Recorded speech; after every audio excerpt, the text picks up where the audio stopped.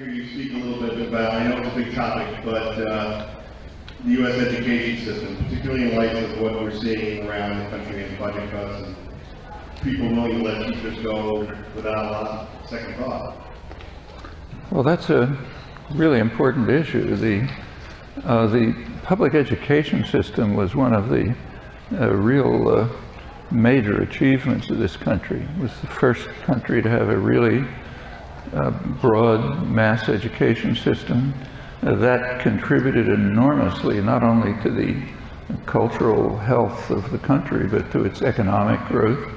That after the Second World War there was the major period of economic growth in U.S. history was the several decades after the Second World War. And a substantial reason for that was the GI Bill, which allowed a huge number of people, not enough unfortunately, but a huge number of people to go to college who would never been able to do it. And in those days, college was cheap. Public education was free. I mean, I went to college in 1945, and I happened to go to the local, I went to the local school, you know, you never went anywhere else, but the local school happened to be the University of Pennsylvania, which is private, but it was $100, you know, and you could get it, and you could easily get a scholarship. So education was basically free, and for the GI Bill, a huge number of people, and that had an enormous impact. Well, all of that's being reversed. There's an attack on public education, which is without any precedent. It goes all the way from kindergarten up to the universities. So take, say, the universities. Well, I'll just tell you a personal experience. A couple of months ago, I travel around a lot giving talks. I happened to give a talk in Mexico City at the National University. A pretty impressive university, a couple 100,000 students, very high level, very engaged. I mean, salaries are ridiculously low by our standards, but they work. The facilities are pretty good. It's free. That's a poor country, you know, but public education is free. And furthermore, in Mexico City itself, there's a city-run college, which is not only free, but has open admissions. So anybody can go, and if they need help to get in, they get remedial training. I was there too, you know, pretty impressive, also high standards. Well, that's a poor country. I happened to go from there to the Bay Area in California. It's maybe the richest place in the world outside of the Gulf Emirates. The public education system is being systematically destroyed. Tuition is so high in the major universities that it's just for the rich. It's, in fact, it's at the level of Ivy League colleges. For this year, for the first time, more funding for the public institutions is coming from tuition than from the state, in a rich state, not Mexico. And this is happening all over the country. I mean, in a majority of the states by now, the tuition in the public universities is higher than funding. Now, it's not because of the lack of wealth, and it's not because of the deficit, which is a complete farce, this is easily to show. It's because of the decision to destroy public education.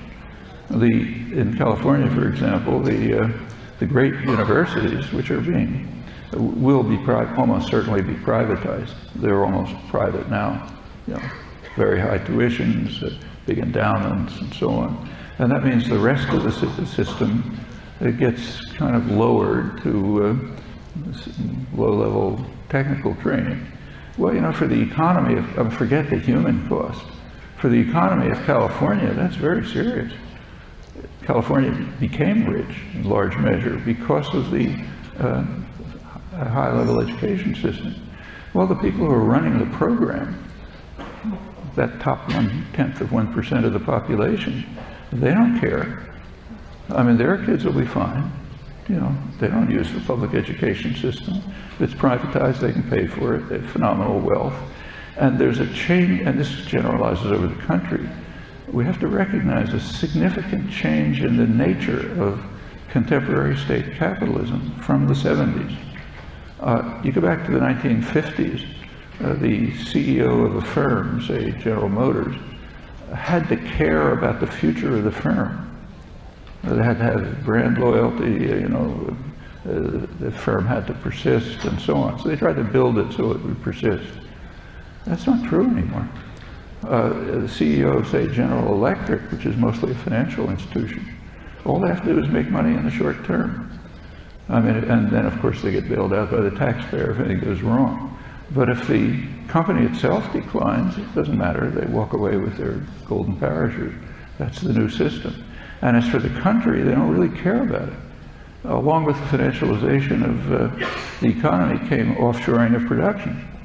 So if you can make more profit by using super cheap exploited labor in China, let's say, without environmental constraints and so on, fine.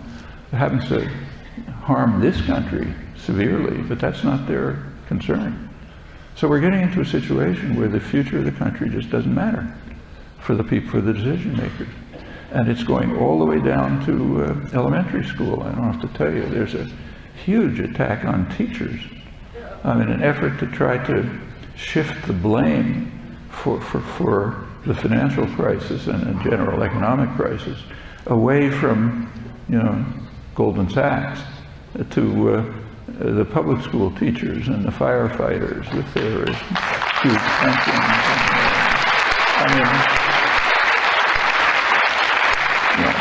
It's so ludicrous, you can hardly believe that they're getting away with it.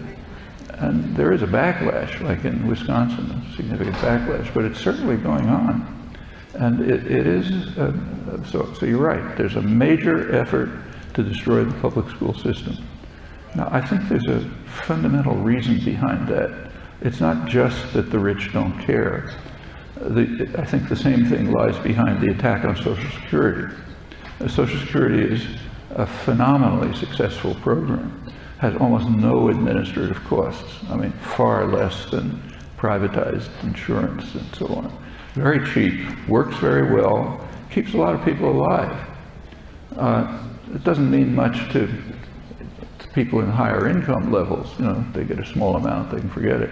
But for a lot of the population, that's what keeps them surviving, particularly after the huge economic collapse of the real estate bubble.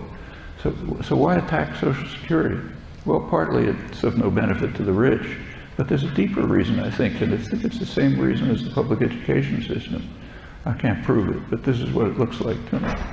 The public education system and Social Security are based on a certain principle, namely the principle that we care about other people. Okay? And that's,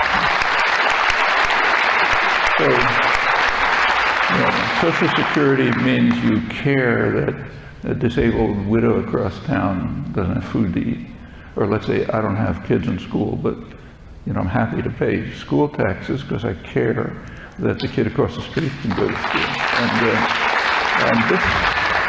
And this concept of sympathy and social solidarity is considered extremely dangerous. There's a major effort, propaganda effort, to try to drive into people's heads that you should only be concerned for yourself. Now, there's nothing new about this. You go back in America, it's good to know about American history.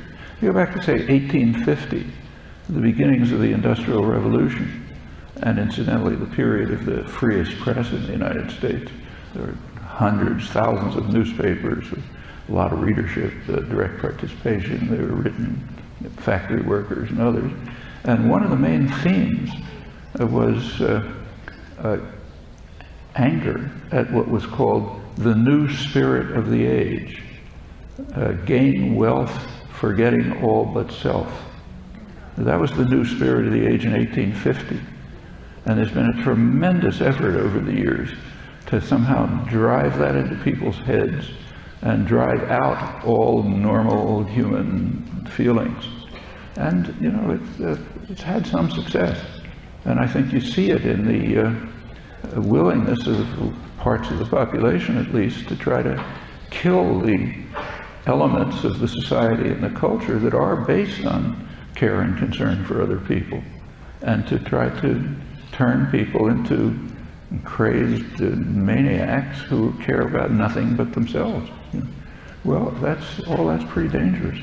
Again, if it was happening in some small country, it'd be a shame. But when it's happening in the richest, most powerful country in history, it's very dangerous.